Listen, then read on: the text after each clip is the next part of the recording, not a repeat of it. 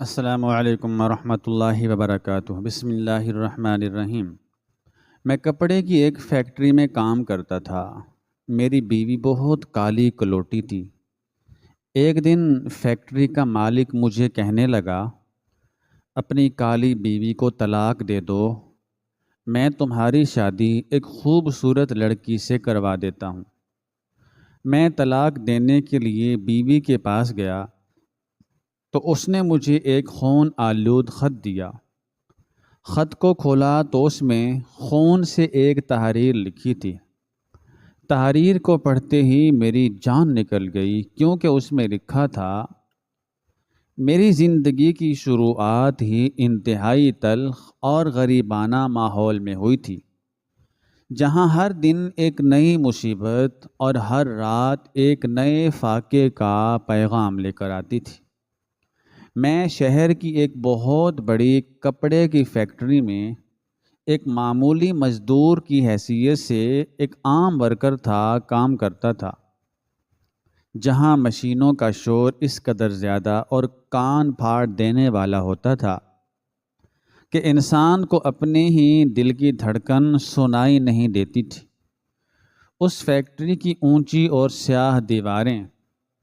اور ان میں سے اٹھتا ہوا گہرا دھواں میری زندگی کی تمام امیدوں اور میرے سارے خوابوں کو نگل چکا تھا۔ میں روزانہ صبح منہ اندھیرے اپنے کچے اور خستہ حال گھر سے نکلتا اور رات گئے تک ان بھاری مشینوں کے پہیوں کے ساتھ خود کو بھی کولہوں کے بیل کی طرح پیستا رہتا تھا۔ میری تنخواہ اتنی کم اور معمولی تھی کہ اس سے بمشکل 2 وقت کی روٹی، سوکھی روٹی پوری ہوتی تھی، اور میرے دل میں ہمیشہ ایک حسرت اور کسک رہتی تھی کہ کاش میری زندگی میں بھی کوئی ایسا معجزہ ہو جائے جس سے میں اس غربت کی اندھیری دلدل سے نکل کر ایک امیر اور خوشحال انسان بن سکوں۔ میرے پرانے اور ٹوٹے ہوئے گھر کی دیواریں جگہ جگہ سے دراڑوں کا شکار تھیں، اور برسات کے دنوں میں چھت سے ٹپکنے والا پانی میری غریبی کا مذاق اڑاتا ہوا محسوس ہوتا تھا۔ لیکن میری اس تلخ بے رنگ اور اذیت ناک زندگی میں سب سے بڑی اور کڑوی حقیقت میری بیوی زینب تھی، جس کی رنگت انتہائی کالی اور سیاہ تھی۔ جب میری شادی زینب سے ہوئی تھی تو میں نے اسے اپنی مرضی اور خوشی سے ہرگز نہیں اپنایا تھا، بلکہ میری ماں نے مرنے سے پہلے ایک انتہائی غریب اور بے اولاد جوڑے کی اس بیٹی کا رشتہ میرے لیے زبردستی طے کر دیا تھا۔ وہ بے اولاد جوڑا جس نے زینب کو پالا تھا، وہ بھی انتہائی غریب اور قسم پرسی کی حالت میں اس دنیا سے رخصت ہو گئے تھے، اور زینب ایک بھاری بوجھ کی طرح میرے پلے پڑ گئی تھی۔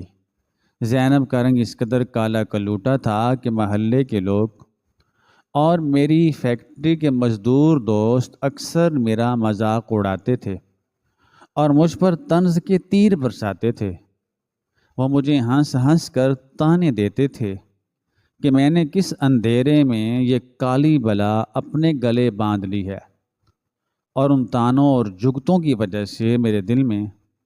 زینب کے لیے شدید نفرت، بیزاری اور غصہ پیدا ہو چکا تھا۔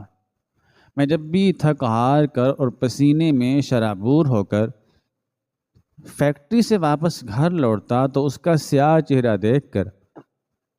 میرے اندر غصے کی ایک زہریلی لہر دوڑ جاتی تھی۔ وہ میرے لیے سارا دن محنت کرتی، سردی اور گرمی کی پرواہ کیے بغیر میرے میلے کپڑے دھوتی، چولہے کے دھوئیں میں جل کر میرا کھانا پکاتی، اور میری ہر کڑوی، زہریلی اور تکلیف دہ بات کو انتہائی صبر اور خاموشی سے برداشت کرتی۔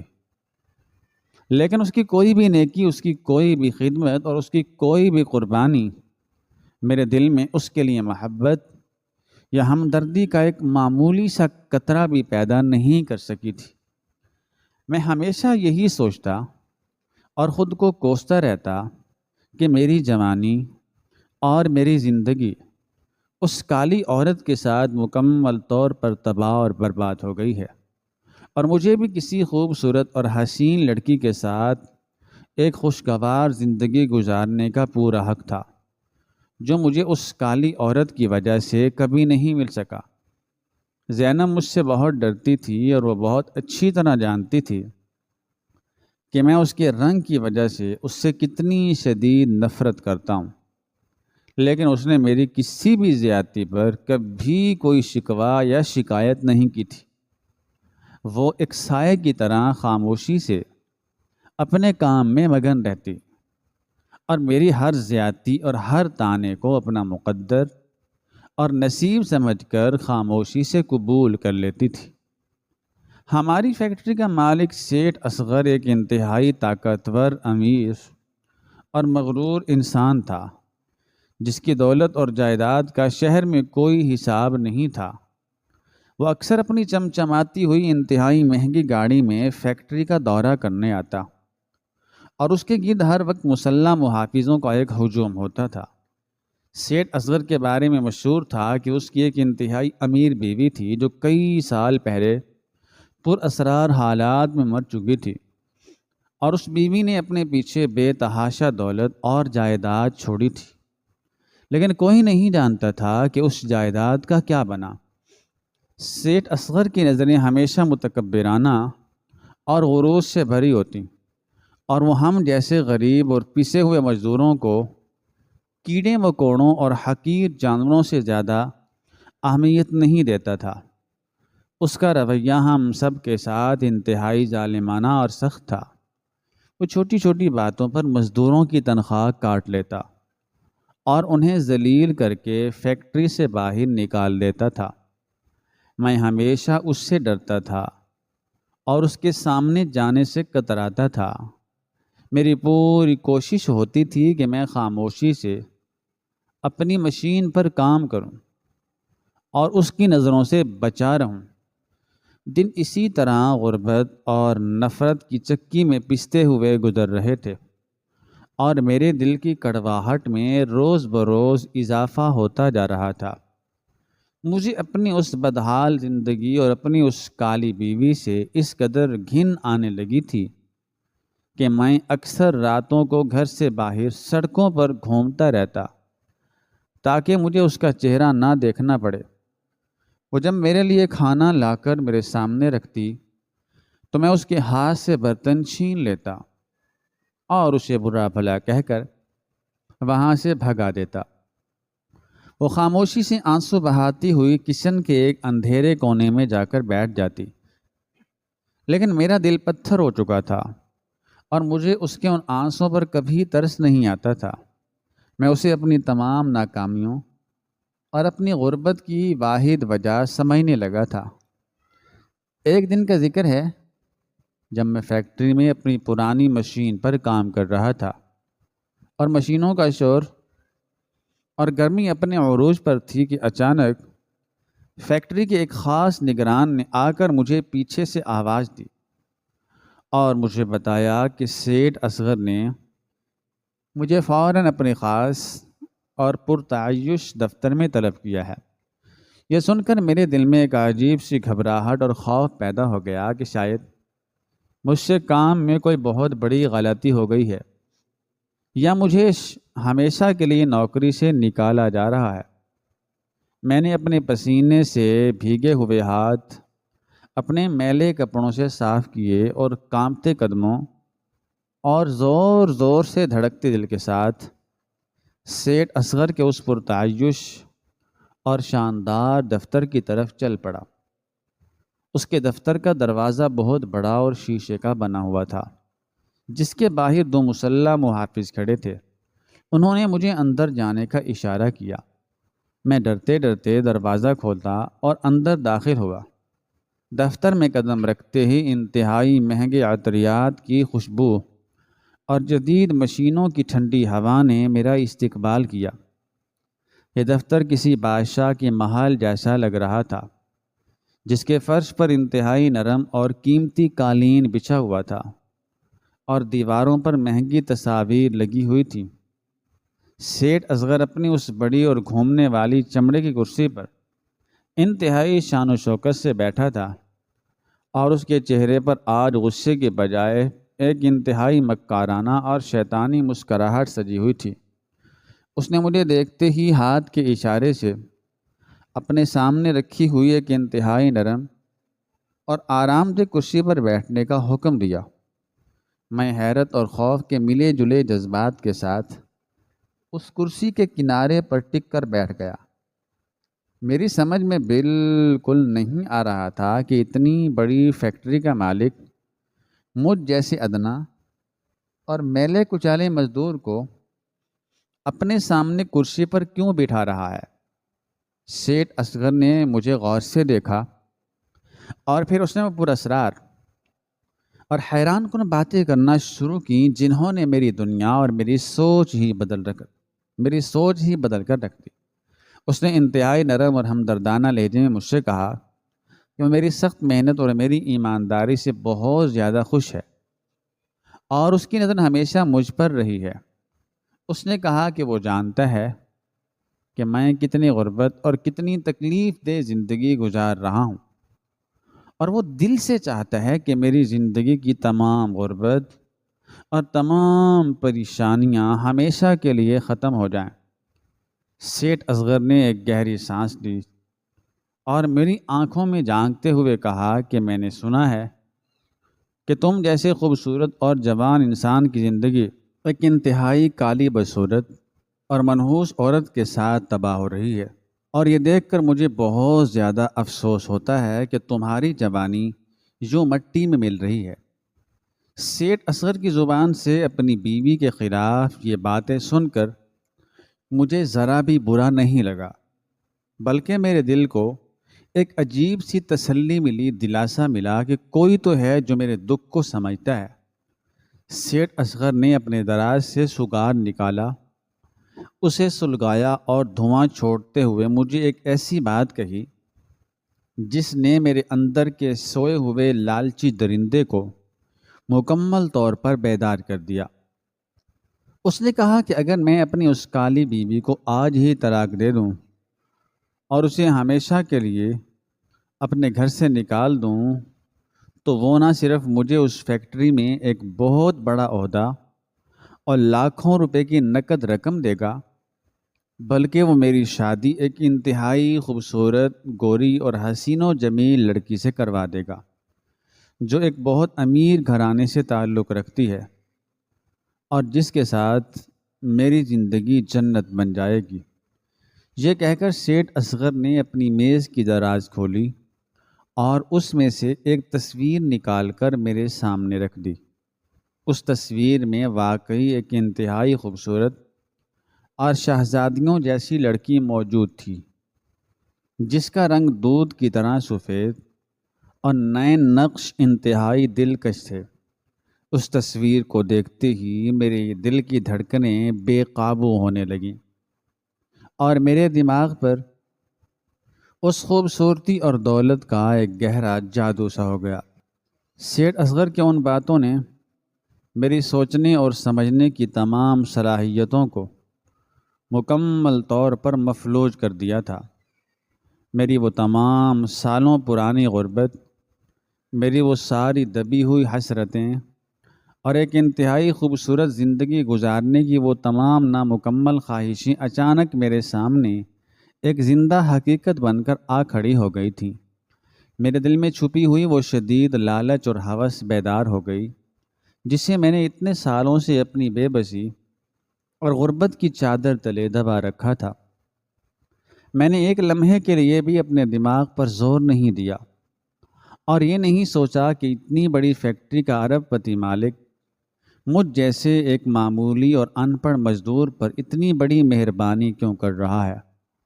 اور اسے میری کالی بیوی سے اتنی کیا نفرت یا ہمدردی ہے کہ وہ مجھے دولت بھی دے رہا ہے اور میری شادی بھی کسی اور خوبصورت لڑکی سے کروانا چاہتا ہے۔ میری عقل پر دولت، حسن اور ایک شاندار مستقبل کا ایک ایسا موٹا اور دبیز پردہ پڑ گیا تھا کہ مجھے سیٹھ اصغر کی ان میٹھی اور ہمدردانہ باتوں کے پیچھے چھپا ہوا کوئی بھی بھیانک اور خونی چہرہ بالکل نظر نہیں آیا، مجھے بس اپنا روشن مستقبل اور وہ خوبصورت لڑکی نظر آ رہی تھی۔ میں نے سیٹھ اصغر کی اس حیران کن اور پرکشش پیشکش کو ایک سیکنڈ ضائع کیے بغیر فوراً قبول کر لیا اور اس کے سامنے ہاتھ جوڑ کر اسے یقین دلایا کہ میں آج ہی ابھی گھر جا کر اس کالی اور منحوس عورت سے ہمیشہ کے لیے جان چھڑا لوں گا اور اسے طلاق دے کر اسے اپنے گھر کے دروازے سے دھکے مار کر باہر نکال دوں گا۔ سیٹھ اصغر کے چہرے پر ایک انتہائی فاتحانہ اور شفاق مسکراہٹ پھیل گئی۔ اس نے خوش ہو کر میری پیٹھ تھپتھپائی اور اپنی دراز سے نوٹوں کی ایک موٹی گڈی نکال کر میرے ہاتھ میں تھما دی، جسے دیکھ کر میری آنکھوں میں لالچ کی ایک عجیب سی چمک آ گئی۔ میں ان پیسوں کو اپنی جیب میں ڈال کر اس کے دفتر سے باہر نکلا تو مجھے یوں محسوس ہو رہا تھا جیسے میرے قدم زمین پر نہیں ٹک رہے بلکہ میں ہواؤں میں اڑ رہا ہوں۔ میں خود کو ایک بہت بڑا فیکٹری کا افسر اور ایک انتہائی امیر اور خوشحال انسان تصور کر رہا تھا۔ میرے ذہن میں مسلسل اس خوبصورت لڑکی کا دلکش چہرہ گردش کر رہا تھا اور مجھے اپنی اس موجودہ خستہ حال غریبانہ زندگی اور اس کالی بیوی سے اس قدر سخت گھن آنے لگی تھی کہ میں ایک لمحہ بھی مزید اس کے ساتھ گزارنے کے لیے تیار نہیں تھا۔ میں نے فیصلہ کر لیا تھا کہ میں آج گھر جاتے ہی سب سے پہلا کام یہی کروں گا کہ زینب کو اس کے منحوس کالے رنگ کے تانے دوں گا، اس پر اپنا سارا غصہ نکالوں گا اور اسے طلاق کے وہ تین الفاظ کہہ کر ہمیشہ کے لیے اپنی زندگی سے مٹا دوں گا۔ میں پورا دن فیکٹری میں کام کرنے کی بجائے ادھر ادھر گھومتا رہا اور آنے والے کل کے سہانے خواب دیکھتا رہا۔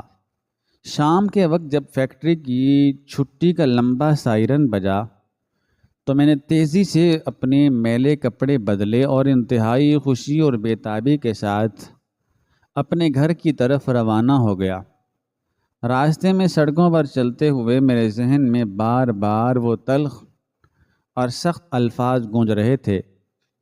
جو میں نے زینب کو کہنے تھے۔ میں نے اپنے دل کو مکمل طور پر پتھر کر لیا تھا اور میرے اندر اس غریب، بے بس اور یتیم عورت کے لیے رحم، ہمدردی یا احساس کا کوئی ایک معمولی سا جذبہ بھی باقی نہیں بچا تھا۔ میں جب اپنے اس کچے اور پرانے گھر کی تنگ گلی میں داخل ہوا تو مجھے وہ گلی اور وہ محلہ بھی انتہائی بدبودار اور حقیر لگنے لگا، کیونکہ میرے ذہن میں اب بڑے محلوں، کوٹھیوں اور امیرانہ زندگی کے خواب پوری طرح بچ چکے تھے۔ میں نے گھر کا پرانا اور زنگ آلود لکڑی کا دروازہ انتہائی زور سے دھکیلا اور طوفان کی طرح اندر کچے صحن میں داخل ہو گیا۔ گھر میں ایک عجیب سی ویرانی اور انتہائی پراسرار اور بوجھل خاموشی چھائی ہوئی تھی۔ زینب صحن کی ٹوٹی ہوئی چارپائی پر سر جھکائے بیٹھی تھی اور اس نے اپنے اوپر ایک انتہائی پرانی اور میلے رنگ کی چادر اوڑھی ہوئی تھی۔ اسے اس حالت میں دیکھتے ہی میرے دل میں اس کے کالے رنگ اور اس کی سادگی کی وجہ سے ایک بار پھر شدید نفرت اور بیزاری کا طوفان جاگ اٹھا۔ میں نے اپنے قدم تیزی اور غصے سے اس کی طرف بڑھائے اور میرا ذہن طلاق کے ان 3 لفظوں کو ادا کرنے کے لیے پوری طرح سے تیار اور بیتاب ہو چکا تھا، جو اس کالی عورت کو میری زندگی سے ہمیشہ کے لیے مٹا دینے والے تھے اور مجھے اس کی جگہ ایک نئی اور خوبصورت دنیا میں لے جانے والے تھے۔ اس کے قریب پہنچتے ہی میرے دل میں نفرت اور حقارت کا ایک نیا طوفان سر اٹھانے لگا۔ وہ چارپائی پر سر جھکائے بیٹھی تھی اور اس کے وجود سے مجھے اس قدر چڑ محسوس ہو رہی تھی کہ میرا دل چاہ رہا تھا کہ میں اسے ابھی اسی وقت دھکے مار کر اس کچے اور خستہ حال گھر سے باہر نکال دوں۔ میں نے اپنے ذہن میں وہ 3 الفاظ پوری طرح ترتیب دے لیے تھے جو میں نے ایک ہی سانس میں اس کے منہ پر مارنے تھے، اور اپنی اس ذلت بھری غریبانہ اور اذیت ناک زندگی سے ہمیشہ کے لیے چھٹکارا حاصل کرنا تھا۔ میرے ذہن کی اسکرین پر مسلسل اس خوبصورت اور حسین و جمیل لڑکی کا چہرہ گردش کر رہا تھا جس کی تصویر فیکٹری کے مالک سیٹھ اصغر نے مجھے اپنے پرتعیش دفتر میں دکھائی تھی، اور ساتھ ہی نوٹوں کی وہ موٹی گڈی جو اس وقت میری جیب میں موجود تھی مجھے بار بار اس بات کا احساس دلا رہی تھی کہ اب میری زندگی بدلنے والی ہے اور مجھے اس کالی اور منحوس عورت کی کوئی ضرورت نہیں ہے۔ میں اپنے غرور اور تکبر میں اندھا ہو چکا تھا، اور میں نے انتہائی غصے اور درستی سے سختی سے اسے آواز دی تاکہ وہ اپنا سر اٹھائے اور میں اس کی آنکھوں میں دیکھ کر اسے طلاق دے سکوں۔ میری کرخت اور تیز آواز سن کر اس نے بہت آہستہ سے اپنا سر اٹھایا، اور جب میں نے اس کے چہرے کی طرف دیکھا تو ایک لمحے کے لیے میرے قدم وہیں رک گئے اور میری زبان جیسے میرے تالو کے ساتھ چپک کر رہ گئی۔ میں نے دیکھا کہ اس کا وہ سیاہ اور کالا چہرہ جسے دیکھ کر میں ہمیشہ بیزار ہو جایا کرتا تھا، آج وہ آنسوؤں سے مکمل طور پر تر تھا۔ لیکن حیرت کی بات یہ نہیں تھی، حیرت اور صدمے کی بات یہ تھی کہ اس کے چہرے پر، اس کے ماتھے پر اور اس کے ہونٹوں کے کناروں پر تازہ اور جمے ہوئے خون کے واضح نشانات موجود تھے۔ اس کے کپڑے جو ہمیشہ صاف ستھرے ہوتے تھے آج وہ جگہ جگہ سے پھٹے ہوئے تھے، اور ان پر بھی خون کے بڑے بڑے سرخ دھبے نمایاں تھے، اور اس کی حالت ایسی تھی جیسے اسے کسی نے بہت بے دردی اور سفاکی سے مارا پیٹا ہو، اور وہ اپنی جان بچا کر بمشکل یہاں تک پہنچی ہو۔ اس کا سارا وجود کانپ رہا تھا، اور اس کی آنکھوں میں ایک ایسی عجیب سی ویرانی اور دکھ تھا جو میں نے اس سے پہلے کبھی نہیں دیکھا تھا۔ میں ایک پل کے لیے گھبرا گیا کہ آخر اسے کیا ہوا ہے اور یہ خون کیسا ہے، لیکن پھر وہ میری ہوس اور میری وہ لالچ میری اس گھبراہٹ پر فوراً غالب آ گئی، اور میں نے سوچا کہ یہ جو بھی ڈرامہ کر رہی ہے مجھے اس سے کوئی ہمدردی نہیں کرنی، اور مجھے بس اپنا وہ مقصد پورا کرنا ہے جس کے لیے میں فیکٹری سے اتنی خوشی اور بے تابی کے ساتھ گھر آیا تھا۔ میں نے اپنے دل کو دوبارہ پتھر کیا اور اپنے گلے کو صاف کرتے ہوئے اس سے انتہائی سخت لہجے میں پوچھا کہ سب کیا تماشا بنایا ہوا ہے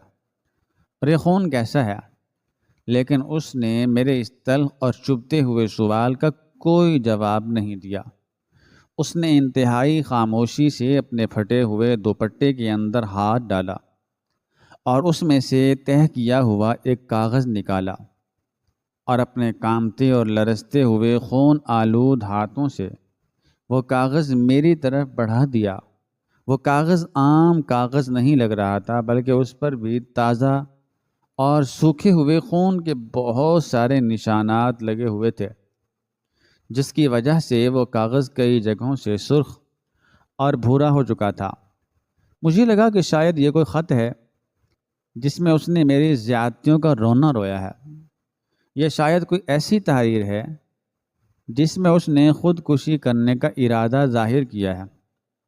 میرے دل میں ایک لمحے کے لیے یہ شیطانی خیال بھی آیا کہ اگر یہ مر جائے تو مجھے طلاق دینے کی زحمت بھی نہیں کرنی پڑے گی اور میرا راستہ خود بخود صاف ہو جائے گا۔ میں نے انتہائی حقارت اور نفرت سے اس کے ان کامتے ہوئے ہاتھوں سے وہ خون آلود کاغذ جھپٹ لیا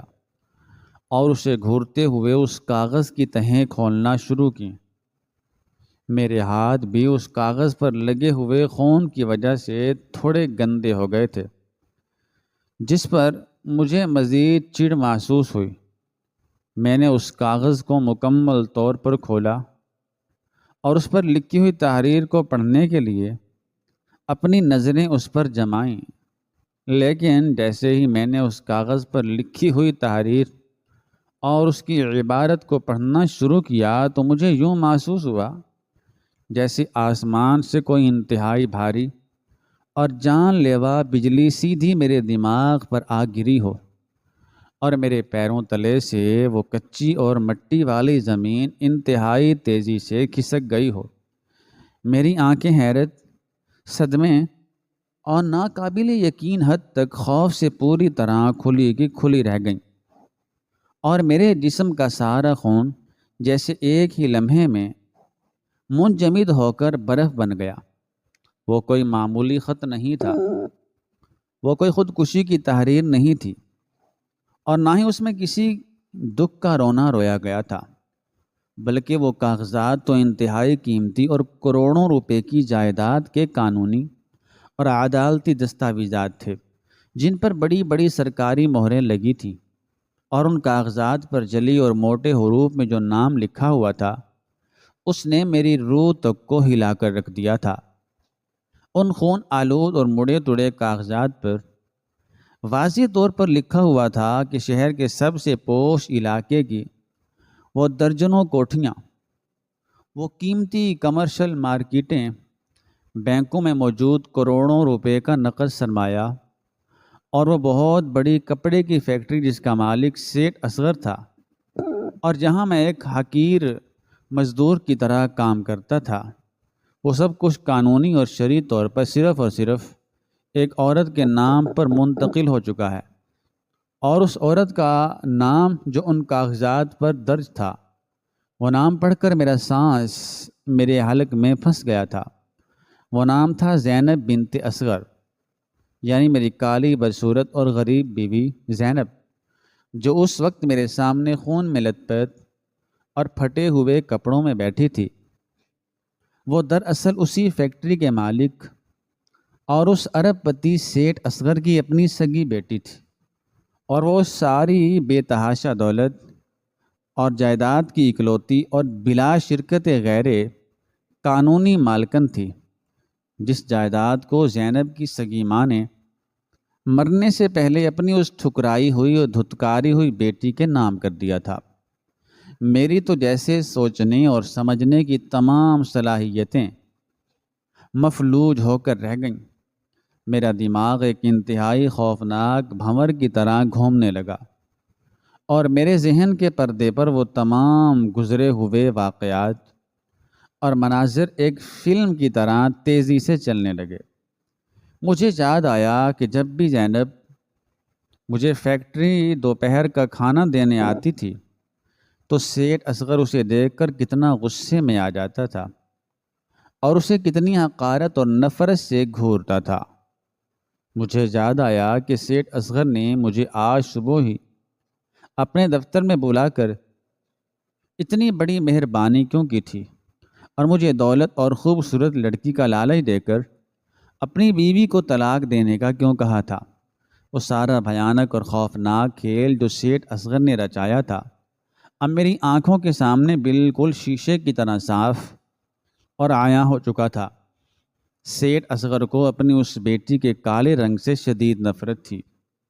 اور وہ اسے پیدائش کے وقت ہی دھتکار چکا تھا، لیکن جب اس کی بیوی نے مرتے وقت اپنی ساری ذاتی اور خاندانی جائیداد اس کالی بیٹی کے نام کر دی تو سیٹھ اصغر کی راتوں کی نیندیں اڑ گئیں۔ وہ جانتا تھا کہ زینب مجھ جیسے غریب اور ان پڑھ مزدور کی بیوی ہے، اور جب تک وہ میرے نکاح میں ہے وہ اس پر دباؤ ڈال کر وہ جائیداد واپس اپنے نام نہیں کروا سکتا، اور اسے یہ بھی ڈر تھا کہ کہیں مجھے اس جائیداد کا علم نہ ہو جائے اور میں اس کا حصے دار نہ بن جاؤں۔ اس لیے اس مکار اور لالچی درندے نے مجھے اپنے دفتر میں بلا کر وہ تمام سبز باغ دکھائے، وہ جھوٹے خواب دکھائے اور مجھے طلاق دینے پر مجبور کیا تاکہ زینب کا مجھ سے اور اس گھر سے ہر قسم کا قانونی اور شرعی رشتہ ہمیشہ کے لیے ختم ہو جائے، اور جب وہ اکیلی اور لاوارث رہ جائے گی تو وہ بآسانی اسے مار پیٹ کر یا قتل کر کے اس کی ساری جائیداد پر اپنا مکمل قبضہ جما لے گا، اور اس کی موت کا سارا الزام بھی مجھ پر آ جائے گا کہ میں نے اسے طلاق دینے کے جھگڑے میں مار دیا ہے۔ یہ سوچ کر میرے پورے جسم میں ایک سرد اور خوفناک لہر دوڑ گئی کہ میں کتنا بڑا بے وقوف، کتنا اندھا اور کتنا لالچی انسان تھا، جو اپنے ہی ہاتھوں اپنی کروڑوں روپے کی قسمت اور اپنی اس ارب پتی بیوی کو ٹھوکر مارنے چلا تھا، جس کے قدموں میں وہ ساری فیکٹری اور وہ سارا شہر بچھا ہوا تھا۔ میری ہوس اور میرا لالچ، جو چند گھنٹے پہلے تک ایک خوبصورت لڑکی اور چند لاکھ روپوں تک محدود تھا، اب ان خون آلود کاغذات کو دیکھ کر اس لالچ نے ایک نیا اور انتہائی خوفناک روپ دھار لیا تھا۔ میرے ذہن میں اب وہ خوبصورت لڑکی نہیں، بلکہ کروڑوں روپے کی وہ جائیداد، وہ محل، وہ گاڑیاں اور فیکٹری گھوم رہی تھی جس کا میں راتوں رات مالک بن سکتا تھا۔ میں نے اپنے دل میں سوچا کہ رنگ کالا ہے تو کیا ہوا، دولت تو اس کے پاس اتنی ہے کہ میں اس کالے رنگ کو سونے سے تول سکتا ہوں۔ میں نے فوراً اپنا ارادہ بدلا اور طلاق کا وہ خیال جو میں دل میں لے کر آیا تھا، اسے میں نے اپنے دماغ کے سب سے گہرے اور تاریک کونے میں دفن کر دیا۔ میں نے اپنے چہرے پر ایک انتہائی جھوٹی، بناوٹی اور ہمدردانہ مسکراہٹ سجائی اور ان کاغذات کو تہہ کر کے اپنی جیب میں ڈالنے کی کوشش کی۔ میں نے زینب کی طرف ایک قدم بڑھایا اور انتہائی میٹھی اور ہمدردی سے بھری ہوئی جھوٹی آواز میں اس سے کہا کہ زینب میری جان، یہ تمہیں کیا ہوا ہے؟ یہ خون کیسا ہے اور کس ظالم نے تمہاری یہ حالت کی ہے؟ تم مجھے بتاؤ، میں اس کی جان لے لوں گا۔ میں نے جان بوجھ کر اس کے زخموں پر ہاتھ رکھنے کی کوشش کی تاکہ میں اسے یقین دلا سکوں کہ میں اس سے کتنی محبت کرتا ہوں اور مجھے اس کی کتنی فکر ہے۔ میں نے سوچا کہ اب میں اسے کبھی نہیں چھوڑوں گا، بلکہ اس کے ساتھ رہ کر اس کی ساری جائیداد پر قبضہ کروں گا اور سیٹھ اصغر کو اس کی فیکٹری سے باہر نکال پھینکوں گا۔ میری آنکھوں میں اس وقت دولت کی وہ چمک تھی جو ایک اندھے کو روشنی ملنے پر ہوتی ہے۔ میں نے اس کے سامنے جھک کر اس کے آنسو صاف کرنے کے لیے اپنا ہاتھ بڑھایا اور دل ہی دل میں اپنی اس شاندار اور امیرانہ زندگی کے محل تعمیر کرنے لگا جو اب مجھے ملنے والی تھی۔ لیکن اس سے پہلے کہ میرا ہاتھ اس کے چہرے کو چھوتا، زینب نے اچانک اپنا سر اٹھایا اور اس کی آنکھوں میں اس وقت وہ خوف اور وہ دبی ہوئی معصومیت بالکل موجود نہیں تھی جو پچھلے کئی سالوں سے میں اس کی آنکھوں میں دیکھتا آ رہا تھا۔ آج اس کی ان سیاہ اور گہری آنکھوں میں ایک ایسی سرد بے حسی، ایک ایسی نفرت اور ایک ایسی چنگاری موجود تھی جس نے میرے بڑھتے ہوئے ہاتھ کو ہوا میں ہی روک دیا۔ اس نے انتہائی تیزی اور پھرتی کے ساتھ اپنا ہاتھ آگے بڑھایا اور میرے ہاتھ سے وہ خون آلود جائیداد کے کاغذات ایک ہی جھٹکے میں چھین لیے۔ اس کی اس اچانک حرکت اور اس کے ہاتھوں کی مضبوطی پر میں شدید حیران اور ہکا بکا رہ گیا۔ اس نے وہ کاغذات اپنے سینے سے لگائے اور چارپائی سے اٹھ کر کھڑی ہو گئی۔ اس کا زخمی وجود کانپ ضرور رہا تھا، لیکن اس کی آواز میں آج وہ لرزش نہیں تھی۔ اس نے مجھے اپنی ان نفرت بھری نظروں سے گھورتے ہوئے انتہائی سخت اور کرخت آواز میں کہا کہ اپنی اس جھوٹی ہمدردی اور اس منافقت کو اپنے پاس ہی رکھو۔ میں جانتی ہوں کہ تم یہاں کس مقصد کے لیے آئے تھے، اور تمہاری جیب میں جو نوٹوں کی گڈی پڑی ہے وہ تمہیں کس نے اور کس کام کے لیے دی ہے؟ زینب کی یہ بات سن کر میرے کانوں میں جیسے سائیں سائیں ہونے لگی اور مجھے لگا کہ میرا سارا بھید اور میری ساری مکاری اس کے سامنے بے نقاب ہو چکی ہے۔ اس نے ایک گہری اور تکلیف دہ سانس لی اور اس کی آنکھوں سے آنسو بہنے لگے، لیکن وہ آنسو میری محبت کے نہیں بلکہ میری غداری اور میری بے حسی کے تھے۔ اس نے مجھے بتانا شروع کیا کہ کل دوپہر جب میں فیکٹری میں تمہیں کھانا دینے آئی تھی تو سیٹھ اصغر کے محافظوں نے مجھے زبردستی روک لیا تھا اور مجھے گھسیٹ کر اس کے دفتر میں لے گئے تھے۔ وہاں سیٹھ اصغر نے مجھے پہلی بار بتایا تھا کہ وہ میرا سگا باپ ہے اور میری ماں نے مرنے سے پہلے یہ ساری جائیداد میرے نام کر دی تھی۔ اس نے وہ جائیداد کے کاغذات میرے سامنے رکھے اور مجھ پر زور زبردستی دباؤ ڈال کر ان پر دستخط کرنے کا حکم دیا۔ جب میں نے اس ظالم شخص کی بات ماننے اور اس کا حق چھوڑنے سے اور اپنا حق چھوڑنے سے انکار کیا تو اس نے مجھے میرے اس کالے رنگ کے انتہائی گندے اور تکلیف دہ تانے دیے اور مجھے دھتکارتے ہوئے کہا کہ میں اس کی زندگی کا سب سے بڑا داغ ہوں، اور اس نے مجھ پر اپنے ہاتھوں اور پیروں سے انتہائی ظالمانہ اور شفاقانہ تشدد کیا۔ مجھے زمین پر گرا کر مارا، میرے سر کو دیوار کے ساتھ ٹکرایا جس سے میرا خون بہنے لگا اور میں لہو لہان ہو گئی۔ زینب کی آواز میں اس وقت ایک کرب اور ایک درد کا طوفان تھا جسے سن کر کوئی بھی پتھر دل انسان رو پڑتا، لیکن میری نظریں اب بھی ان کاغذات پر جمی ہوئی تھیں۔ اس نے روتے ہوئے کہا، جب وہ مجھے مار رہا تھا تو اسی ہاتھا پائی اور کھینچا تانی کے دوران میں نے اپنی پوری طاقت جمع کی اور اس کی میز پر پڑے ہوئے وہ اصل کاغذات اس کے ہاتھ سے چھین لیے۔ میری اس مزاحمت پر وہ کھلا گیا اور میں اس کے دفتر کا دروازہ کھول کر اور اپنی جان بچا کر فیکٹری سے بھاگ نکلی۔ میرا خون ان کاغذات پر لگ گیا تھا، لیکن میں نے انہیں سینے سے لگائے رکھا اور گھر آ کر چھپ گئی۔ مجھے امید تھی کہ جب تم شام کو گھر آؤ گے تو میں تمہیں ساری حقیقت بتاؤں گی اور ہم دونوں مل کر اس ظالم باپ سے اپنا حق چھینیں گے اور اس غربت سے ہمیشہ کے لیے نکل جائیں گے۔ لیکن کل شام تم جب گھر آئے تو تم نے حسب معمول مجھ پر طنز کیے، مجھے گالیاں دیں اور میری اس حالت کو دیکھے بغیر سو گئے۔ آج صبح سے میں اس چارپائی پر بیٹھی تمہارا انتظار کر رہی تھی کہ تم فیکٹری سے آؤ گے تو میں تمہیں یہ کاغذات دکھاؤں گی، لیکن آج جب تم اس دروازے سے اندر داخل ہوئے تو تمہاری آنکھوں میں مجھے وہ درندہ نظر آ گیا جو مجھے ختم کرنے آیا تھا۔ میں سمجھ گئی تھی کہ میرے اس ظالم باپ نے مجھ سے یہ کاغذات چھیننے کے لیے